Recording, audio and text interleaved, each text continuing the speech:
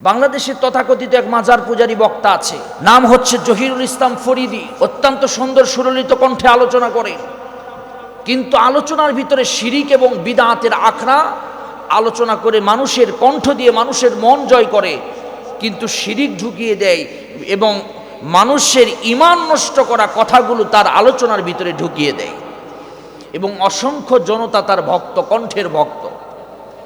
এমনকি ভালো ভালো আলেমরা তার আলোচনাগুলো শোনে। এই মাজার পূজারী জহিরুল ইসলাম ফরিদি, উনি বাংলাদেশের একজন ইসলামিক স্কলার্স, আন্তর্জাতিক খ্যাতি সম্পন্ন মুফাসসির কোরআন, কোরআনের পাখি আল্লামা সাইদি সাহেব মৃত্যুবরণ করার পর ওনাকে নিয়ে কটাক্ষ করেছে, মৃত্যু মানুষকে নিয়ে আজে বাজে মন্তব্য করেছে। আমার তো মনে হয় বাংলাদেশে শুধু নয়, সারা বিশ্বে যাকে সম্মান করে হিন্দু থেকে মুসলমান পর্যন্ত সর্বদলীয় মানুষ যার আলোচনার ভক্ত, তিনি আর কেউ নয়, আল্লামা দেলোয়ার হোসাইন সাইদি রাহিমাহুল্লাহ। জোরে বলেন ঠিক কিনা? সে এমন কোনো বিষয় নাই যে বিষয়ে আলোচনা পেশ করেন নাই। সাইদি সাহেবের আলোচনা থেকে মানুষ শিক্ষা লাভ করে। সে মৃত্যুবরণ করার পর এই মাজার পূজারী বলেছে, সাইদি সাহেব মাজারের বিরুদ্ধে নাকি কথা বলেছিল, যার কারণে তার কবর খুঁড়তে গিয়ে পানি উঠেছে। অপপ্রচার শুরু করেছে। কবর খুঁড়তে গিয়ে পানি ওঠাটা অস্বাভাবিক কিছু নয়। বৃষ্টির সময় যদি কবর খনন করা হয়, অবশ্য সেখানে পানি উঠতে পারে। তাই বলে পানি উঠলে সেই মানুষটা এই যে কবরের আরেকটু উঁচা করে কবর দিয়েছে, এ নিয়ে সে মন্তব্য করেছে যে সে মাজারের বিরুদ্ধে কথা বলেছে, যার কারণে তার কবরটা উঁচু করে দিতে হয়েছে, তাকে কবর গ্রহণ করতে চায়নি, বিভিন্ন বিরূপ মন্তব্য করেছে এবং বিভিন্ন আলোচনা নিয়ে সে কটাক্ষ করছে। আমরা বাংলাদেশের মুসলমান, আফমর জন্য তার মুসলমান, তার বিচার দাবি করতেছি। কথা বলেন ঠিক কিনা? একজন ইসলামিক স্কলার, সারা বিশ্বের আন্তর্জাতিক খ্যাতি সম্পন্ন মুফাসসির কোরআনকে নিয়ে যিনি বিরূপ মন্তব্য করেছে, তার বিচার হওয়া দরকার এবং এই মাজার পূজারীদের আলোচনা বয়কট করা দরকার। কথা বলেন ঠিক কিনা? যত সুন্দর কণ্ঠ হোক না কেন, কিন্তু তার কথার ভিতরে শিরিকের গন্ধ আছে, তার কথার ভিতরে বিদআতের গন্ধ আছে। এবং একজন মানুষ মারা গেলে রাসূল করিম সাল্লাল্লাহু আলাইহি ওয়াসাল্লাম বলেছে, তাকে বিরূপ মন্তব্য করা যাবে না, তার ব্যাপারে খারাপ মন্তব্য করা যাবে না। বাংলাদেশের বিভিন্ন জায়গায় দেখা যাচ্ছে অনেক মাজারগুলো ভেঙে ভেঙে চুরমার করে দেওয়া হচ্ছে, অনেক দরবারগুলো ভেঙে দেওয়া হচ্ছে এবং এটি নিয়ে আলোচনা সমালোচনা চলছে। কেন মাজার ভাঙা হলো? একদল বলছে ঠিক আছে, আর একদল বলছে মাজার কেন ভাঙা হবে। আবার তৃতীয় পক্ষ সুবিধা নেওয়ার জন্য বিভিন্ন দলের নাম উল্লেখ করে করে বলছে অমুক দল মাজার ভাঙছে, অমুক দল মাজার ভাঙছে, অমুক দল সম্পৃক্ত আছে। এই কথাগুলো উচ্চারিত হচ্ছে।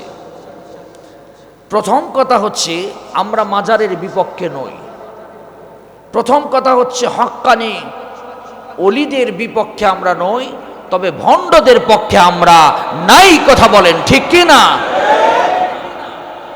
কারণ হচ্ছে, ইসলামের সিল সাপোর্ট লেগে যারা আনইসলামিক কালচার তৈরি করছেন, মাজার নাম দিয়ে যারা সেজদা করতেছেন, শিরিক করতেছে, বিদআত করতেছে, এগুলোকে ইসলাম কোনোদিন সাপোর্ট করে না। তবে একটা বিষয় বোঝা দরকার, পরিবেশ পরিস্থিতি আমাকে বলবে কি কাজ করতে হবে। মাজার ভেঙে একদল তৃতীয় পক্ষ সুবিধা নিয়ে বিভিন্ন দলকে ট্যাগ লাগিয়ে ওই দলগুলোকে মানুষের কাছে খারাপ বানানোর চেষ্টা করতেছে। এটি শাহজালালের জমিন, এটি শাহ মাকদুমের জমিন, এটি খান জাহানের জমিন, এটি মাহি সারোয়ার সুলতান বলখি রহমাতুল্লাহ আলাইহির জমিন। এই জমিনে ইসলাম নিয়ে এসেছে ওলি আল্লাহরা। এদেশে ওলি আল্লাহ ছিল, ওলি আল্লাহ থাকবে, কিন্তু ভণ্ডদের জায়গা কোনোদিন হবে না।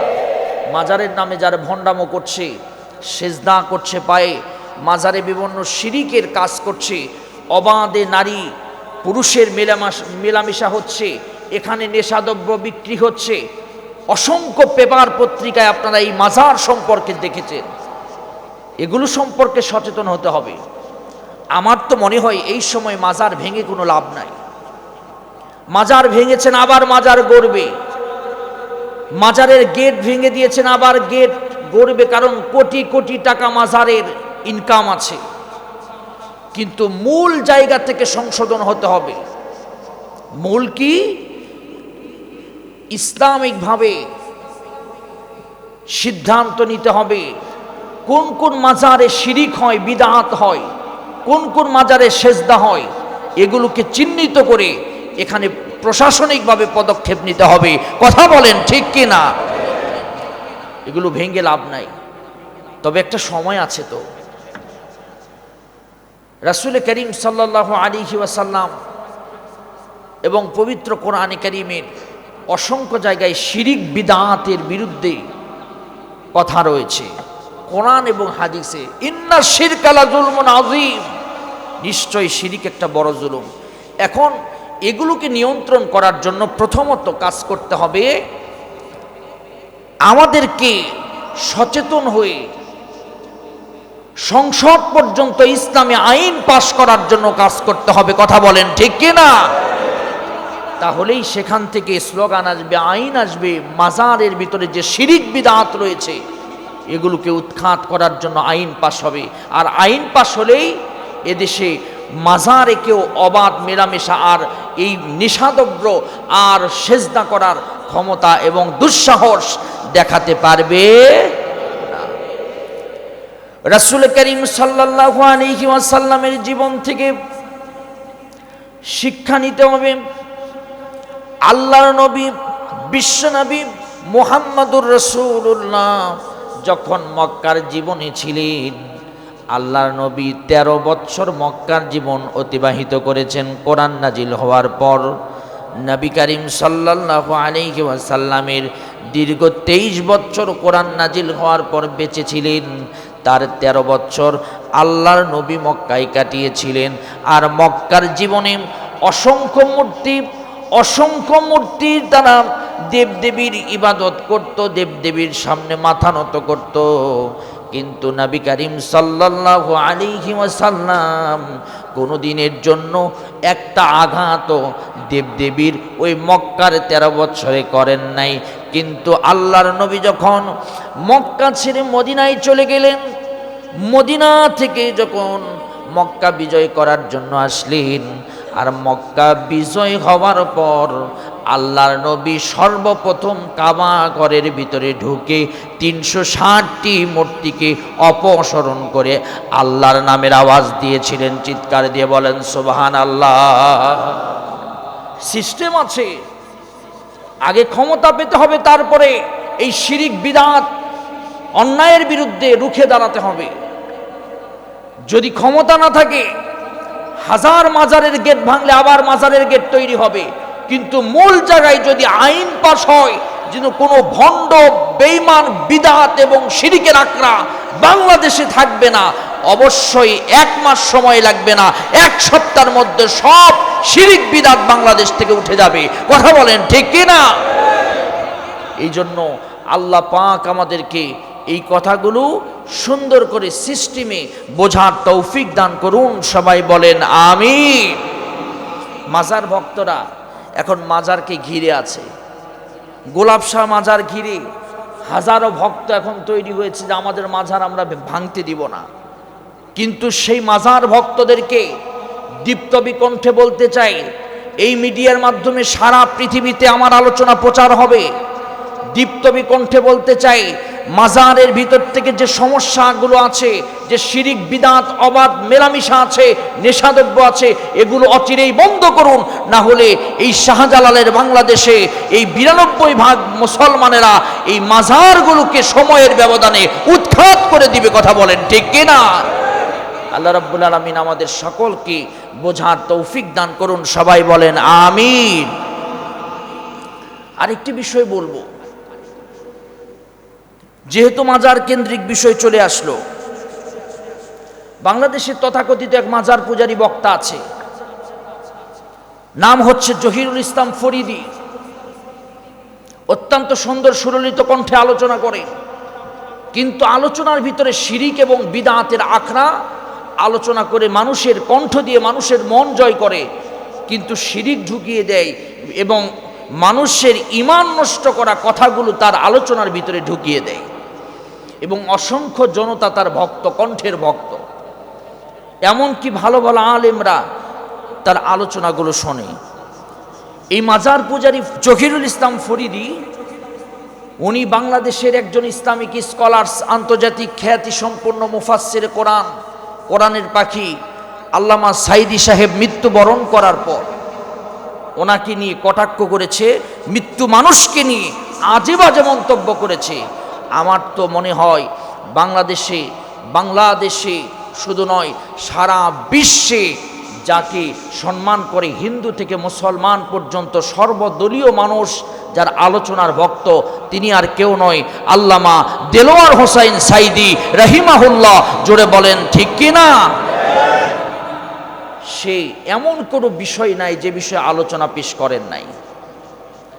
সাইদি সাহেবের আলোচনা থেকে মানুষ শিক্ষা লাভ করে। সে মৃত্যুবরণ করার পর এই মাজার পূজারী বলেছে সাইদি সাহেব মাজারের বিরুদ্ধে নাকি কথা বলেছিল, যার কারণে তার কবর খুঁড়তে গিয়ে পানি উঠেছে। অপপ্রচার শুরু করেছে। কবর খুঁড়তে গিয়ে পানি ওঠাটা অস্বাভাবিক কিছু নয়। বৃষ্টির সময় যদি কবর খনন করা হয় অবশ্য সেখানে পানি উঠতে পারে। তাই বলে পানি উঠলে সেই মানুষটা এই যে কবরের আর একটু উঁচা করে কবর দিয়েছে, এ নিয়ে সে মন্তব্য করেছে যে সে মাজারের বিরুদ্ধে কথা বলেছে, যার কারণে তার কবরটা উঁচু করে দিতে হয়েছে, তাকে কবর গ্রহণ করতে চায়নি, বিভিন্ন বিরূপ মন্তব্য করেছে এবং বিভিন্ন আলোচনা নিয়ে সে কটাক্ষ করছে। আমরা বাংলাদেশের মুসলমান, আফম জনতার মুসলমান, তার বিচার দাবি করতেছি। কথা বলেন ঠিক কিনা? একজন ইসলামিক স্কলার, সারা বিশ্বের আন্তর্জাতিক খ্যাতি সম্পন্ন মুফাসসির কোরআনকে নিয়ে যিনি বিরূপ মন্তব্য করেছে, তার বিচার হওয়া দরকার এবং এই মাজার পূজারীদের আলোচনা বয়কট করা দরকার। কথা বলেন ঠিক কিনা? যত সুন্দর কণ্ঠ হোক না কেন, কিন্তু তার কথার ভিতরে শিরিকের গন্ধ আছে, তার কথার ভিতরে বিদআতের গন্ধ আছে। এবং একজন মানুষ মারা গেলে রাসূল করিম সাল্লাল্লাহু আলাইহি ওয়াসাল্লাম বলেছে তাকে বিরূপ মন্তব্য করা যাবে না, তার ব্যাপারে খারাপ মন্তব্য করা যাবে না। একজন সাহাবী, রাসূল করিম সাল্লাল্লাহু আলাইহি সাল্লামের একজন সাহাবী মৃত্যুবরণ করেছে। গোসলের পর আরেকজন সাহাবী একটু খারাপ মন্তব্য করেছে। আল্লাহর নবী, বিশ্বনবী মুহাম্মদুর রাসূলুল্লাহ সাল্লাল্লাহু আলাইহি ওয়াসাল্লাম, আমার নবী, তাকে সতর্ক করে বলেছেন, কোনো মানুষ যখন মৃত্যুবরণ করবে ওই মানুষের খারাপ কিছু তোমরা প্রচার করবে না। এমনকি তোমরা গোসলের সময় যদি কোনো আলামত থাকে সে আলামতগুলো প্রকাশ করবে না। কারণ একজন মানুষ মৃত্যুবরণ করার পর অসহায় হয়ে যায়, সেই মানুষের খারাপ কোনো বিষয়, খারাপ কোনো কথা ওই মানুষের কোনো দিন আলোচনায় নিয়ে আসবে না। পারলে তার জন্য দোয়া করবে, আল্লাহ পাক তাকে যেন মাফ করে দেয়। রাসূলের শিক্ষা। আর মানুষ মৃত্যুবরণ করলে এরকম বিরূপ মন্তব্য, এটি কোনো আলেমের কাছ থেকে আশা করা যায় না। কারণ সে তো কোরআন হাদিসই বোঝে না। মুহাম্মদ সাল্লাল্লাহু আলাইহি ওয়াসাল্লাম বলেছে মৃত্যুর পর কারো খারাপ কিছু বলা যাবে না। আপনি বললেন কেন? আমরা দাবি জানাচ্ছি যাদের আলোচনার ভিতরে শিরিক এবং বিদআতের গন্ধ পাওয়া যায়, এই সকল আলোচকদেরকে বাংলাদেশ থেকে বয়কট করতে হবে। যারা ইসলামিক স্কলারসদেরকে নিয়ে বিরূপ মন্তব্য করে ওদের প্রকাশ্য বাংলাদেশে বিচার হতে হবে। কথা বলেন ঠিক কিনা? এদের বিরুদ্ধে আমাদের সোচ্চার হতে হবে, আমাদেরকে সচেতন হতে হবে। আল্লাহ রাব্বুল আলামিন আমাদেরকে সচেতনতার সহিত ইসলামের কথাগুলো শোনার তৌফিক দান করুন। সবাই বলেন আমিন। আরেকটি বিষয় আপনাদেরকে জানাবো, সে বিষয়টি হচ্ছে ঢাকা বিশ্ববিদ্যালয়। ঢাকা বিশ্ববিদ্যালয়ের হলের মসজিদগুলোতে এতদিন আজান হতো না প্রকাশ্য, মাইকে আজান হতো না, মুখে মুখে আজান দিয়ে নামাজ আদায় হতো। কিন্তু খুশির সংবাদ হচ্ছে গতকাল থেকে নিষিদ্ধ উঠিয়ে দিয়ে ঢাকা বিশ্ববিদ্যালয়ের হলগুলোতে মসজিদ থেকে আজানের ধ্বনি শোনা যাচ্ছে। চিৎকার দিয়ে বলেন আলহামদুলিল্লাহ, আরো জোরে পড়েন আলহামদুলিল্লাহ। 92% মুসলমানে দেশে হিন্দুত্ববাদ কায়েম করতে চায়, নাস্তিক্যবাদ কায়েম করতে চায়। মুসলমানদের প্রিয় একটি শব্দ আল্লাহু আকবারের আজানকে বন্ধ করে দিতে চায়। এতদিন দীর্ঘ 16 বছর এই হলগুলোতে আজান হয় নাই। এমনকি যারা তাহাজ্জুদ পড়তে গিয়েছে তাদেরকে ধরে ধরে কোনো দলের ট্যাগ লাগিয়ে তাদেরকে মামলা দিয়ে ওই হল থেকে বের করে দেওয়া হয়েছে। কথা বলেন ঠিক কি না? আমিও ঢাকা ইউনিভার্সিটির একজন ছাত্র, কিন্তু কোনোদিন হলে থাকার সুযোগ পর্যন্ত পাইনি। কারণ কি? অপরাধ কি? অপরাধ একটাই, লম্বা দাড়ি আছে, শরীরের ভিতরে জুব্বা আছে, 5 ওয়াক্ত নামাজ জামাতে পড়ি, দলীয় ট্যাগ লাগিয়ে আমাদেরকে হল থেকে বঞ্চিত করেছে। আমার মতো হাজার হাজার মানুষ, হাজার হাজার ছাত্রদেরকে এই হলগুলোতে থাকতে দেওয়া হয়নি। কেন দেওয়া হয়নি? তারা মুসলমানের পরিপূর্ণ মুসলমানিত্ব কায়েম করতে চেয়েছিল। তারা নামাজের আজান হলে মসজিদে ছুটে যায়, তাহাজ্জুদে ওই হলের মসজিদগুলো কান্নায় ভিজে যেত। তাদের ভয় হতো যে এরা যদি এভাবে নামাজ পড়ে তাহলে আমাদের অসুবিধা হবে। হলগুলোতে গান বাজনা নাচ বিভিন্ন কিছু দিয়ে পুরা হলটা একদম বুকিং ছিল, একটা দলীয় এজেন্ডা হলের ভিতরে ছিল। সেই হলগুলো এখন মুক্ত করে সাধারণ মেধাবী ছাত্র, মেধাবীদের মেধার ভিত্তিতে এখন হল বুকিং চলছে। জোরে বলেন আলহামদুলিল্লাহ।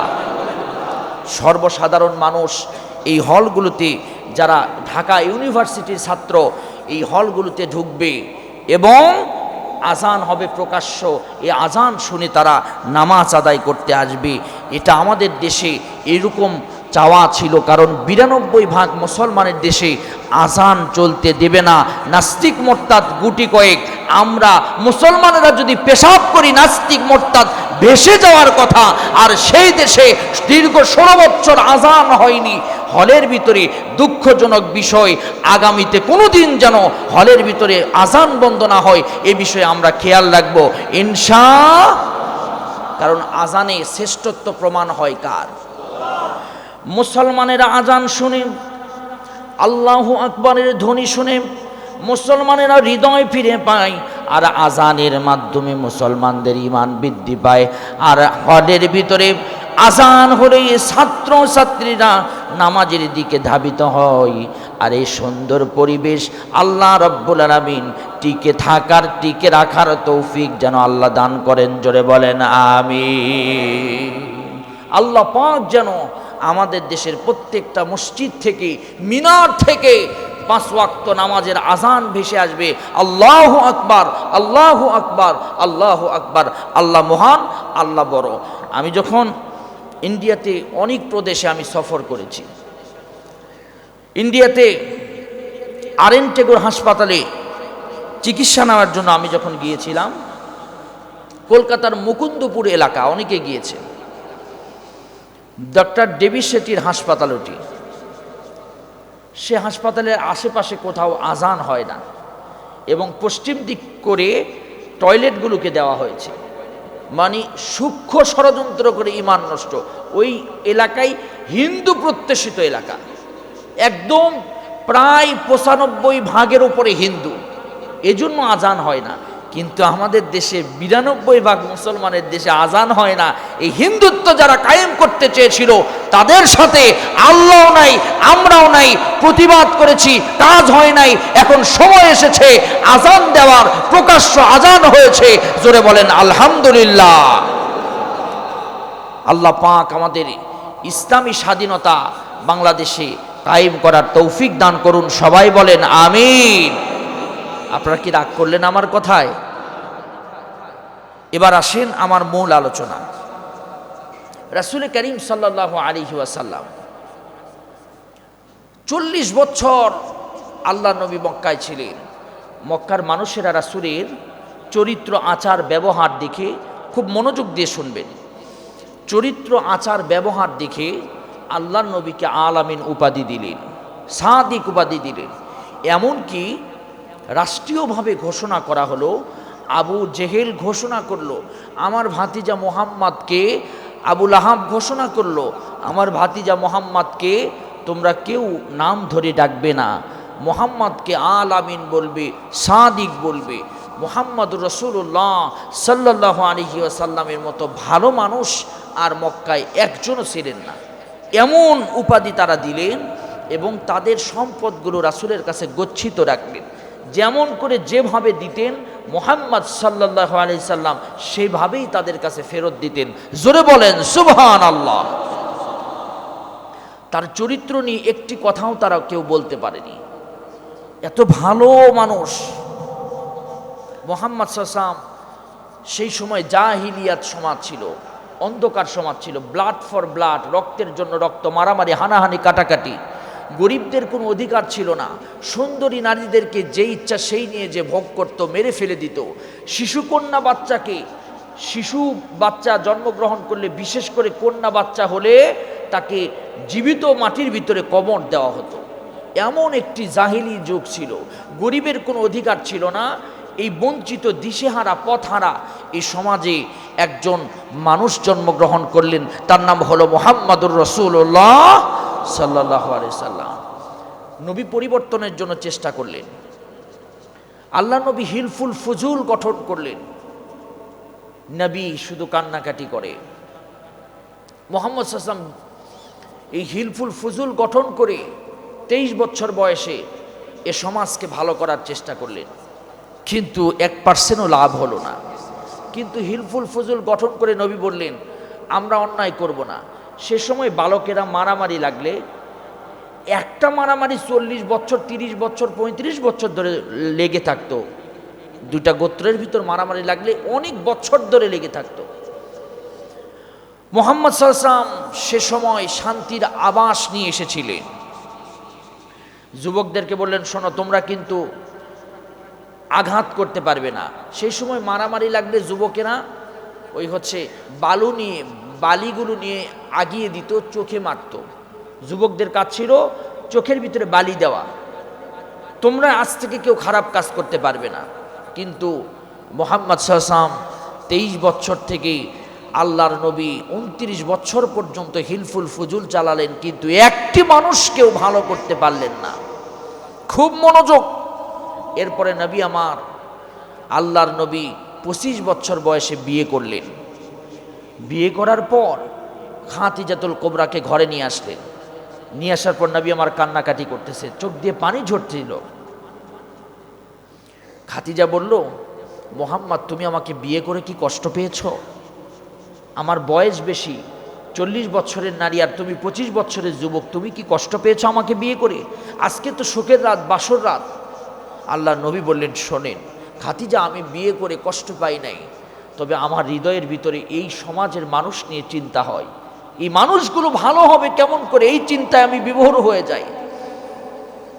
আল্লাহ নবীকে খাদিজাতুল কুবরা বললেন আপনি মানুষগুলোকে নিয়ে চিন্তা করুন, আমি আপনাকে সাহায্য সহযোগিতা করব। নবী আমার হীরা গুহায় গেলেন।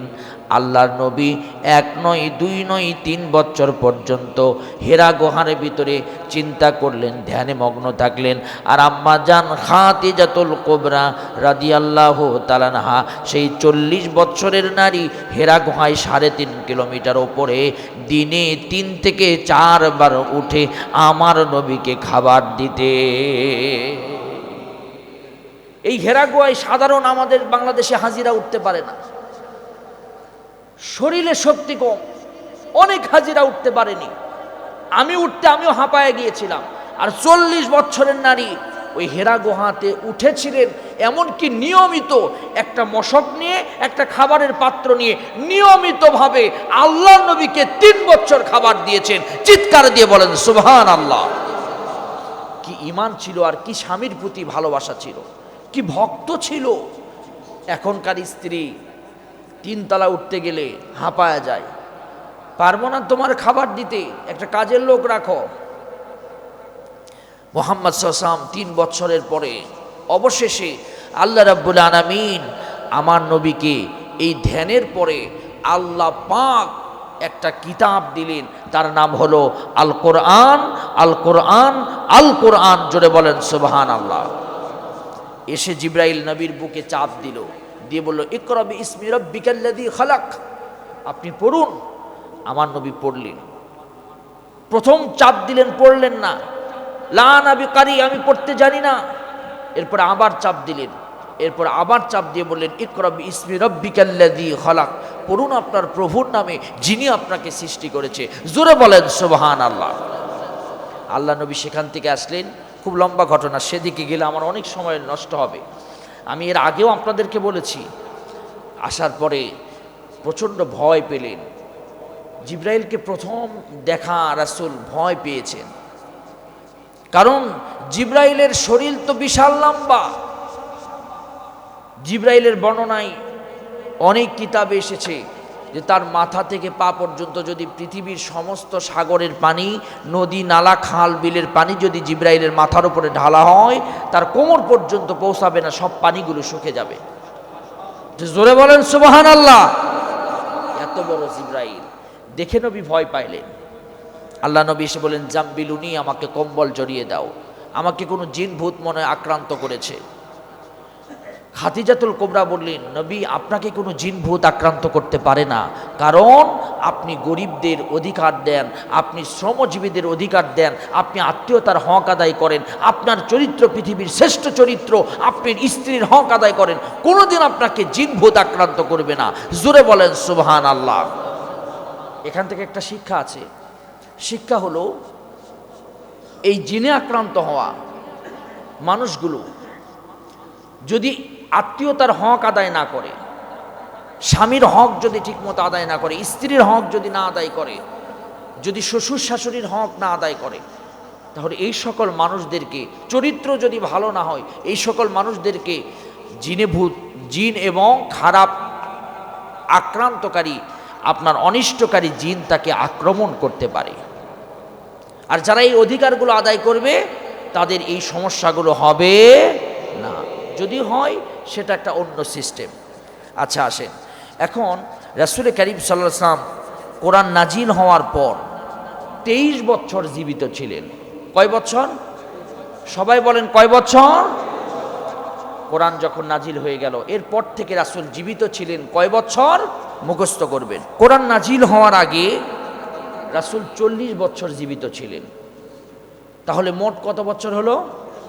63 বছর। আচ্ছা, কোরআন নাজিল হওয়ার পর 23 বছরকে আবার 2 ভাগে ভাগ করা হয়েছে।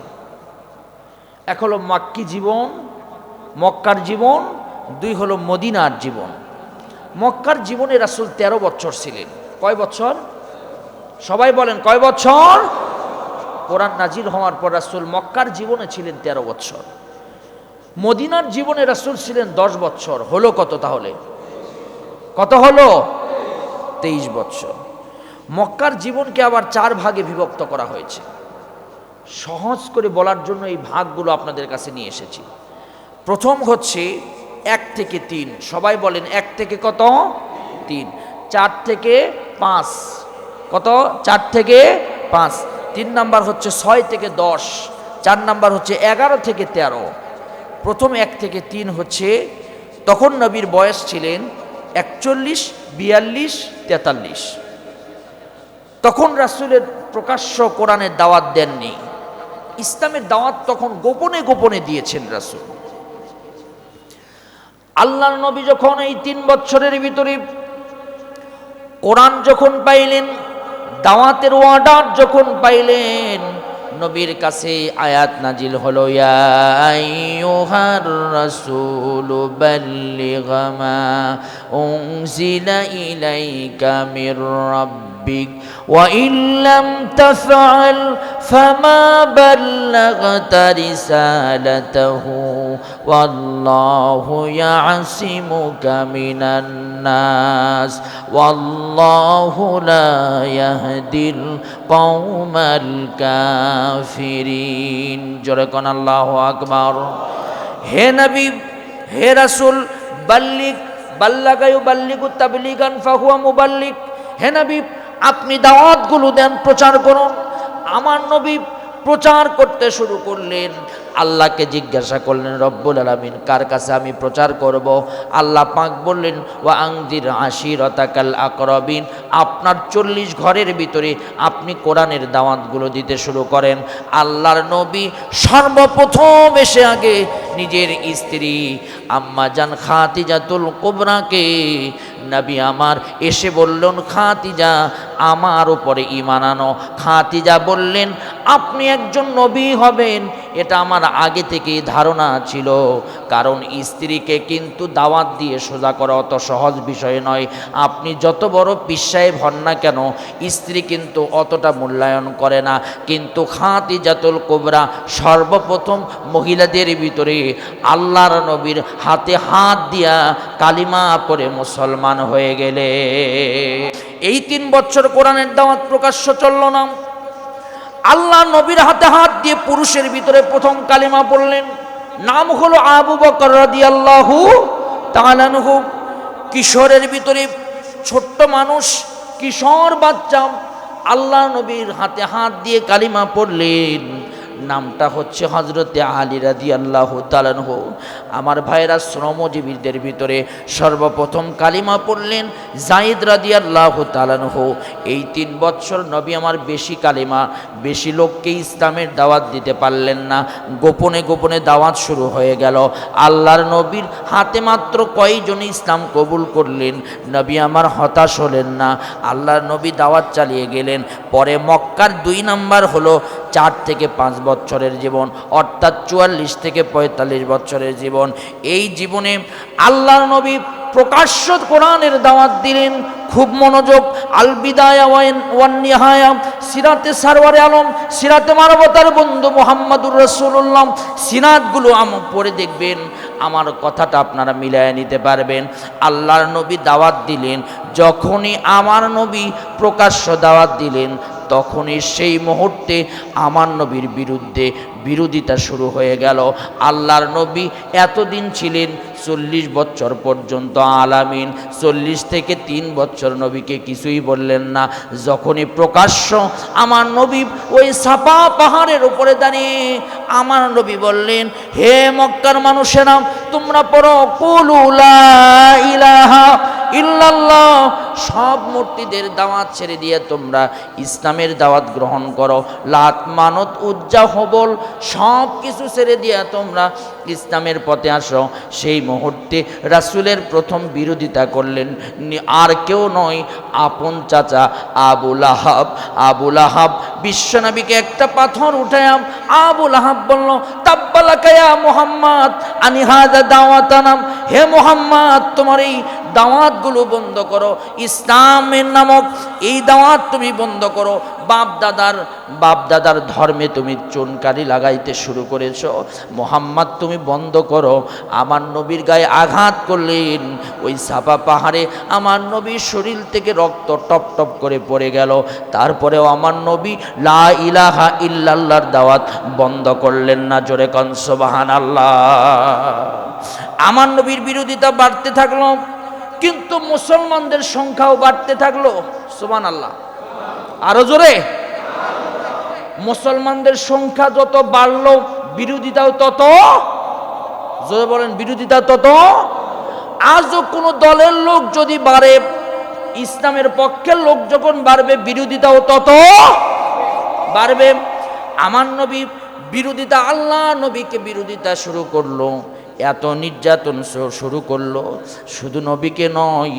নবীর রাস্তায় কাটা দিল নবীকে কোরআন শরীফ তেলাওয়াত করতে দিল না আল্লাহর নবীকে মক্কার ভিতরে কাবার হাতিমে বসে বসে নবীকে আমার কোরআন তেলাওয়াত করতে দিল না এমন কি সাহাবীদের উপরে নির্যাতন হলো এত বেশি নির্যাতন হলো, সাহাবীরা পাগলের মতো ঘর থেকে বের হতে পারে না, ব্যবসা করতে পারে না, বাণিজ্য করতে পারে না। সাহাবীরা পাগলের মতো একদম লুকিয়ে লুকিয়ে থাকে, ঠিক মতো নামাজ আদায় করতে পারে না, ঠিক মতো তারা কথা বলতে পারে না, ঠিক মতো স্ত্রীর সাথে ঘুমাইতে পারে না, ঠিক মতো ঘরের ভিতরে থাকতে পারে না। এত নির্যাতন, বিশেষ করে গরিব শ্রেণী যে মুসলমান ছিল, ওই গরিবদের উপরে আরো বেশি অত্যাচার আর নির্যাতন হলো। এত নির্যাতন আর সহ্য না করতে পেরে নবীর কাছে এসে বলল, ইয়া রাসূলুল্লাহ, ইয়া হাবিবাল্লাহ, আর আমরা সহ্য করতে পারি না। ঈমান নামক এই কালিমা যেদিন থেকে পড়েছি, কাফেররা আমাদেরকে এত অত্যাচার করেছে, এত নির্যাতন করতেছে, আর আমরা সহ্য করতে পারতেছি না। নবী, আমাদের শিশু বাচ্চাদেরকে আদর পর্যন্ত করতে পারি না, আমার স্ত্রীর কাছে, হালাল স্ত্রীর কাছে ঘুমাতে পারি না। নবী, আপনি আল্লাহর কাছে দোয়া করুন। যার কাছে বিচারটুকু দিয়েছিলেন সেই নবীও ছিল মাজলুম, নবী কিচ্ছু করতে পারলেন না। আকাশের দিকে তাকায়া তাকায়া আমার নবী ফেল ফেল করে কান্নাকাটি করলেন। আর সে আজিমের মালিক খুশি হয়ে হিজরতের নির্দেশ দিলেন। জোরে কোন সুবহানাল্লাহ। কারণ যার কাছে বিচার দিয়েছে সেও তো মাজলুম, সেও তো অত্যাচারের শিকার। কি করবে? সাহাবীরা ধৈর্য ধারণ করো, আল্লাহর পক্ষ থেকে ব্যবস্থা আসবে। আমার একান্ত আপনজন মুসল্লিরা হৃদয় থেকে কথাগুলো শোনার চেষ্টা করবেন, ঈমান বৃদ্ধি পাবে। আল্লাহর নবীকে বলল, ইয়া রাসূলুল্লাহ, ঘর ছাড়বো, বাড়ি ছাড়বো, স্ত্রী ছাড়বো, ঘর ছাড়বো, ব্যবসা বাণিজ্য, এই মক্কা নগরী ছেড়ে দিব, কিন্তু ঈমান নামক যে দৌলতটা আমরা অর্জন করেছি এটা রক্ষা করার জন্য সব ছেড়ে দিয়ে অন্য জায়গায় যেতে রাজি আছি। আমার নবী বললেন, অনুমতি দিলাম হিজরত করার, কোথায় তোমরা হিজরত করবে? নবী আমার পরামর্শ দিয়ে বললেন, ওই তো হাবশায় তোমরা হিজরত করতে পারবে, আবিসিনিয়ায় তোমরা হিজরত করতে পারবে। আমি শুনেছি হাবশার বাদশা নাজ্জাশী নাকি খুব ভালো অতিথি আপ্যায়ন করে, তোমরা সাধারণ অতিথি হিসাবে তার দরবারে যাবে, তোমাদেরকে আপ্যায়ন করবে, দেশে থাকার ব্যবস্থা করে দিবে। ঠিক আছে। সেই সময় হিজরত করেছিলেন প্রথম দল হলো 15 জন। জোরে জোরে বলেন কয়জন? 15 জন হিজরত করলেন আবিসিনিয়ায়। তার মধ্যে 11 জন হলো পুরুষ, 4 জন হলো নারী। সুবহানাল্লাহ বলেন। হিজরত করে চলে গেলেন। আল্লাহ নবী দ্বিতীয় দল আবার পাঠাইলেন। এর মাঝে অনেক কথা আছে, সংক্ষিপ্ত করে বলতেছি। দ্বিতীয় দলে হিজরত করলেন 86 জন, মোট 15 জন, আর এই দিকে 86 জন, মোট হলো 101 জন। 101 জন যখন হিজরত করলেন, মক্কার আনাচে কানাচে তখন টনক নড়ে গেল যে মুসলমানেরা হিজরত করে কোথায় যায়? এই মুসলমান যেখানেই যাবে সেখানেই তো ইসলাম কায়েম করবে, ইসলামের দাওয়াত দিবে। আর আশেপাশের দেশের লোকেরা যদি ইসলাম মানে, মক্কার ওপরে একটা প্রেশার কে আসবে। মুসলমান ইমানদার ইসলাম প্রেমিকদেরকে যদি জেলখানায় রাখাও হয়, ওখানেই ইসলাম প্রেমিকেরা কোরআনের দাওয়াত দেয়। কথা বলেন ঠিক কিনা? হাজার হাজার, এই 16 বছরে হাজার হাজার চোর বাটপারদেরকে জেলখানার ভিতরে ইমানদার বানিয়েছেন। সুবহানাল্লাহ বলবেন না? যারা ফাঁসির আসামি, যারা ওখানে চুরি করে গিয়েছে, যারা মার্ডার করে গিয়েছে, ওদেরকে কোরআন শিক্ষা দিয়েছেন যারা কোরআন পারেন। সুবহানাল্লাহ বলেন। নামাজের ট্রেনিং দিয়েছেন, তাহাজ্জুদ গুজারি বানাইছেন। ভাইরা আমার, 110 জন যখন আবিসিনিয়ায় হিজরত করেছে, গোটা মক্কায় টনক নড়ে গেল। হায় হায় রে, 110 জন আবিসিনিয়ায় হিজরত করেছে, খুঁজে খুঁজে বের করলেন।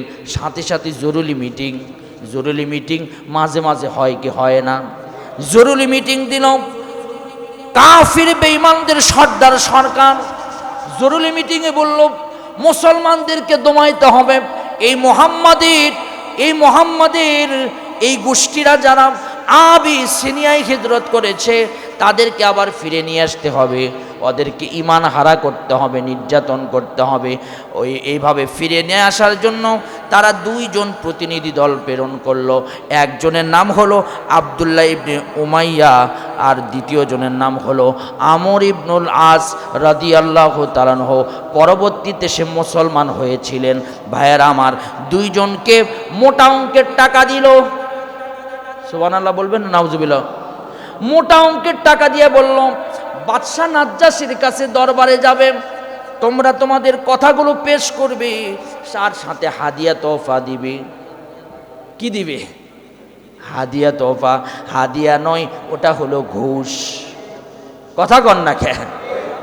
এই টাকা দিয়ে বলবে যে কোনো মূল্যেই 110 জনকে আমাদের দেশে আবার ফিরাইয়া দেন, যে কোনো মূল্যে।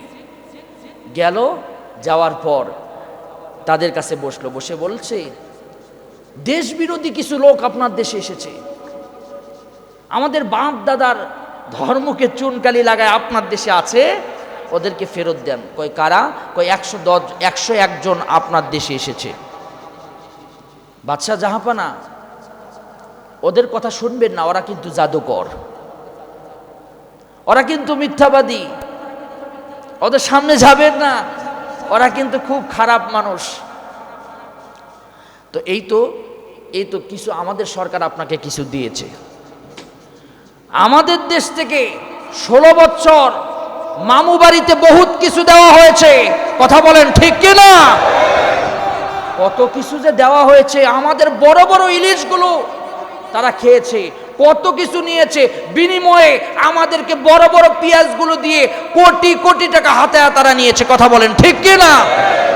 শেষ সময় আমাদেরকে এমন পানি দিল, আমরা দিলাম কন্যা, তারা দিল পানি, এমন পানি দিল আমাদের নোয়াখালী চট্টগ্রামের বিভাগের অধিকাংশ জেলাগুলো একদম ভেসে গেল। এই পর্যন্ত মানুষগুলো একদম অসহায় হয়ে গিয়েছে। কথা বলেন ঠিক কিনা? এরকম যুগে যুগে আছে। হাবিসিনে গিয়ে টাকা দিল, বলছে দাঁড়াও আমি একটু টেস্ট করি। বাদশাহ নাজ্জাশী এত পাগল ছিলেন না, বলছে একটু দাঁড়াও। তারা 110 জনের বিরুদ্ধে মামলা দিল। কি দিল? নাজ্জাশীর দরবারে মামলা দিল। মামলা দেওয়া হয়, মামলাতে এখন দেখা ছাড়াই মামলার নথি ফাইল উঠে যায়। এই দীর্ঘ 16-17 বছর হাজার হাজার বিনা অপরাধী মানুষকে হামলা দিয়ে ঘর ছাড়া বাড়ি ছাড়া করে রেখেছিল। কথা বলেন ঠিক কিনা? বাদশাহ নাজ্জাশীর কাছে গিয়ে মামলা দিল 110 জনের বিরুদ্ধে। এখন 110 জনকে তলব করলো, ডাকলো, আসো। মামলা দিলে কিন্তু বাদী বিবাদীর কথা শুনতে হয়, আসো। এখন 110 জন ভাবলো, হায় রে, আমাদের এমনি বিপদ, আবার কি যে বাদশাহ বলে। ঠিক আছে, আবু তালেব, জাফর বিন আবু তালেবকে তারা বলল, তুমি সবার পক্ষ থেকে কথা বলবে। এখন সবাই যদি বলতে যায় মামলার আসামি, তাহলে কথা ভুল হয়ে যাবে, এক এক রকম হয়ে যাবে। ঠিক আছে, এই 110 জনের পক্ষ থেকে জাফর বিন আবি তালেব কথা বলবে। জাফর বিন আবি তালেবকে দায়িত্ব দেওয়া হলো। জাফর বিন আবি তালেব কথা বলতে শুরু করলেন। নাজ্জাশীর দরবারে গিয়ে নাজ্জাশী বলল, তোমরা কি মানো, তোমরা কি পড়ে এই দলে সম্পৃক্ত হয়েছ? জাফর বিন আবি তালেব বলল একটি বাক্য, লা ইলাহা ইল্লাল্লাহু মুহাম্মাদুর রাসূলুল্লাহ সাল্লাল্লাহু আলাইহি ওয়াসাল্লাম। জাফর বিন আবু তালেবকে বলল, তোমরা ঘর ছেড়েছো, বাড়ি ছেড়েছো, আত্মীয় স্বজন ছেড়েছো, শুধুমাত্র এই একটা কথার উপরে? বলছে সব ছেড়েছি, শুধুমাত্র একটা দৌলত নিয়ে এসেছি, তার নাম হলো ঈমান। ঈমান, ঈমান এবং ঈমান। বলছে ঠিক আছে, তোমাদের নবীর নাম কি? তোমরা কার হাত দিয়ে কালিমা পড়েছো? বলছে আমাদের নবীর নাম হলো মুহাম্মাদুর রাসূলুল্লাহ সাল্লাল্লাহু আলাইহি ওয়াসাল্লাম। তার চরিত্র সম্পর্কে বর্ণনা করলো। বাদশাহ নাজ্জাশী মুগ্ধ হয়ে গেলেন। সুবহানাল্লাহ পরে বলছে তোমাদের মোহাম্মদ তোমাদেরকে কি পড়ে পড়ে শোনায়, মানে কি পড়ো তোমরা এই বিপদ মুহূর্তে, তোমাদের কি হাতিয়ার? জাফর বিন আবি তালেব বলল, আমাদের কোনো হাতিয়ার নাই, আমাদের হাতিয়ার হচ্ছে আল্লাহর কোরআন, আল্লাহর কোরআন, আল্লাহর কোরআন। জোরে বলেন সুবহানাল্লাহ। বাদশাহ নাজ্জাশী বলল, তাহলে একটু পড়ে শোনাও দেখি তোমাদের কোরআন কেমন। আমাদের কোরআন ভালো না খারাপ? পড়লে মজা লাগে কি লাগে না? পড়লে মানুষের হৃদয়ে আকর্ষণ হয় কি হয় না? এই কোরআন শুনে হাজার হাজার কাফির, বেঈমান, বেদুইন, নাস্তিক, মোরতাদেরা ইসলামের সুশীল ছায়াতলে আশ্রয় গ্রহণ করেছে। হাজার হাজার মানুষ কোরআনের তেলাওয়াত শুনে বলেছে, ইন্না সামি'না কুরআনান আজাবা, এটা একটা আশ্চর্যান্বিত কিতাব, দি মিরাকল অফ দি হলি কোরআন। জুড়ে বলেন সুবহানাল্লাহ। এমন কি এখনো আমরা মাহফিলে গেলে হিন্দুরা পাশে দাঁড়িয়ে দাঁড়িয়ে আলোচনা শোনে। এখনো সেলুনে চুল কাটতে গেলে হিন্দুরা আমাদের ওয়াজগুলো শোনে। কি বলেন? তারা আমাদের কিতাবের প্রতি কোনোদিন কি আমরা হিন্দুদের মন্ত্র শুনেছি? ইউটিউবে কি এরকম অসংখ্য মন্ত্র আছে? নাই। কিন্তু ইউটিউবে হাজার হাজার বক্তাদের কোরআন তেলাওয়াত রয়েছে, হাজার হাজার আলেমদের ভাষণ আর বক্তব্য রয়েছে। এটাই হলো মিরাকল অফ দি হলি কোরআন। এটাই হলো কোরআনের সবচাইতে বড় মুজিজা। চিৎকার দিয়ে বলেন সুবহানাল্লাহ। পৃথিবীতে ত্রিপিটক, জেন্দাবেস্তা, তারপরে Bible, new testament, old testament, তারপরে আরও যে কিতাবগুলো আছে এদের কোনো হাফেজ নাই। কিন্তু আমাদের পৃথিবীতে 3 কোটির উপরে হাফেজে কোরআন পৃথিবীতে এখনো আছে। কোরআন যদি শেষ করে দেয় আবার হাফেজে কোরআনরা কোরআন তৈরি করতে পারবে। জোরে বলেন সুবহানাল্লাহ। প্রত্যেক বছর কোরআনের হাফেজদের প্রতিযোগিতা হয়। নাজমুস সাকিব, হাফেজ তাকরিম কত সুন্দর তেলাওয়াত করে সারা বিশ্বকে জয় করেছে। আলহামদুলিল্লাহ বলে, এরা আমাদের সন্তান। বাদশাহ নাজ্জাশী বলছে, তোমরা তাহলে কি পড়ো?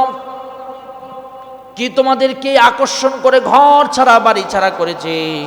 একটু পড়ে শোনাও।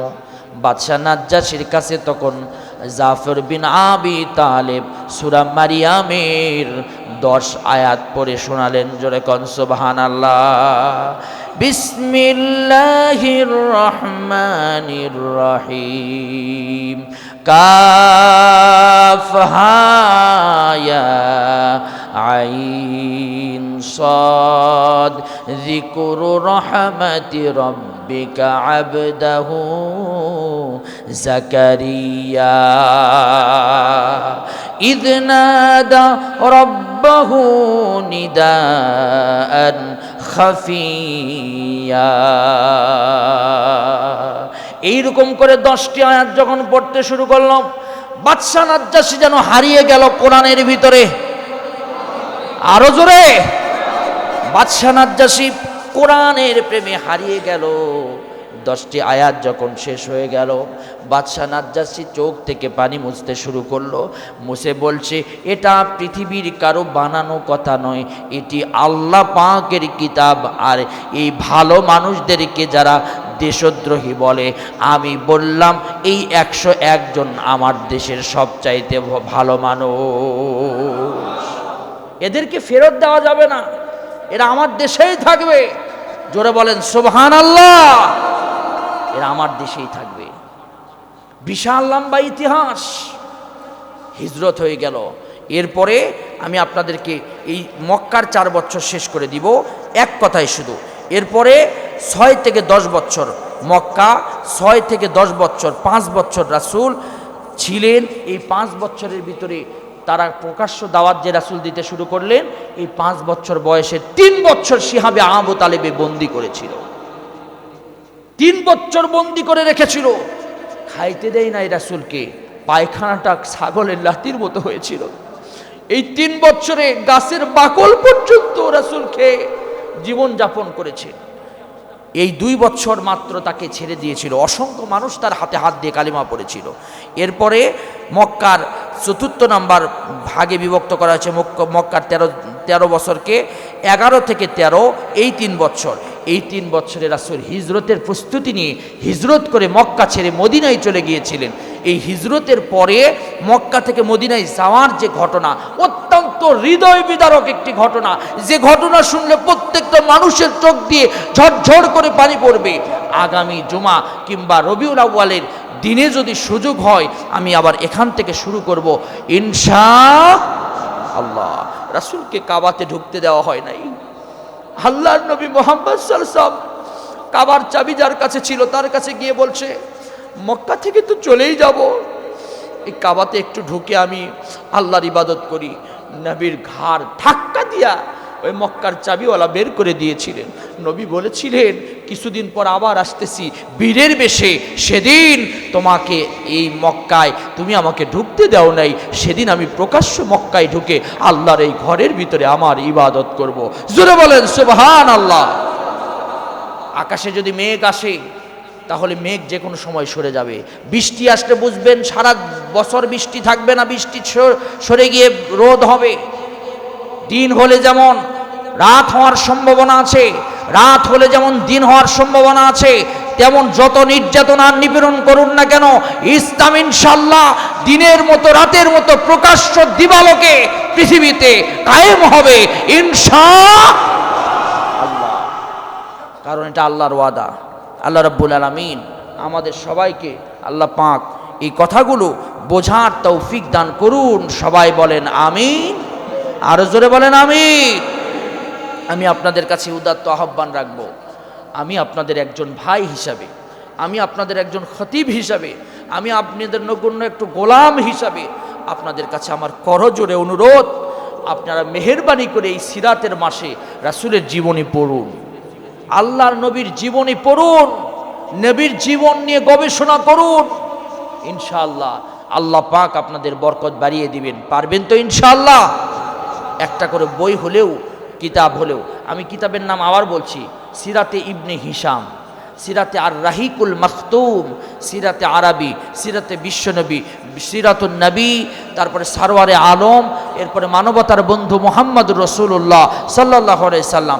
আর যদি কারো বেশি খণ্ড কেনার ইচ্ছা থাকে যে একের পরিপূর্ণ জীবনী পড়ব, আল বিদায়া ওয়ান নিহায়া ইসলামিক ফাউন্ডেশন থেকে প্রকাশিত হয়েছে, বিশুদ্ধ সূত্রের একটি কিতাব, আপনারা কিনে নিতে পারবেন। আল্লাহ আমাদের তৌফিক দান করুন, বলেন আমিন। এই রাসূলের জীবনী আমরা শুনব এবং আমলের চেষ্টা করব। 12ই রবিউল আউয়াল রাসূল জন্মগ্রহণ করেছেন এবং মৃত্যুবরণ করেছেন। এই মাসেই জন্ম, এই মাসেই মৃত্যু। তাহলে এই মাসে আমাদেরকে রাসূলের জীবনী শোনার এবং বেশি বেশি দরুদ পড়ার দরকার আছে না নাই? এই 12ই রবিউল আউয়াল উপলক্ষে সারা দেশে রাসূলের জীবন কর্ম শীর্ষক আলোচনা হয়। আলহামদুলিল্লাহ, এতে অনেক রাসূল প্রেমিকেরা উপকৃত হন। এই সুবাদে আমাদের মসজিদেও 12ই রবিউল আউয়াল উপলক্ষে 16ই সেপ্টেম্বর রোজ সোমবার 16ই সেপ্টেম্বর রোজ সোমবার 12ই রবিউল আউয়াল বাদ এশা থেকে আমাদের মসজিদে রাসূলের জীবন শীর্ষক আলোচনা হবে সবাই বলেন ইনশাআল্লাহ। আমরা প্রত্যেকেই এই জীবনীতে অংশগ্রহণ করব। হতে পারে আপনার কিয়ামতের দিন আপনার মিজানের পাল্লা হালকা হয়েছে, আল্লাহর নবীর জীবনী শুনে একটা চোখের পানি ফালানোর কারণে, একটা সুন্নাত মানার কারণে ওইটা আপনার মিজানের পাল্লা ভারী হয়েছে। আমরা বাদ এশা থেকে আমরা একটু সময় দিব, রাসূলের জীবনী শুনবো, আমরা আলোচনা করব। এই আলোচনায় আপনাদের জন্য তাবারকের ব্যবস্থা থাকবে। এই উপলক্ষে আমি আপনাদের কাছে বরাবর এরকম অনুষ্ঠান হলে আপনাদের কাছে সাহায্যের হাত বাড়িয়ে দিই, কারণ এই মসজিদ কারো বাবার নয়, একটা ফান্ডে চলে। তো আপনাদের কাছে হাত বাড়িয়ে দিলাম, এই মসজিদে কারা আছেন রাসূলের জন্ম মৃত্যু এই আলোচনা উপলক্ষে কিছু তাবারকের ব্যবস্থা করার জন্য, সার্বিক ব্যবস্থা করার জন্য কে আছেন, আপনারা 2-4 হাজার টাকা কিংবা 2-4-500 টাকা দিবেন।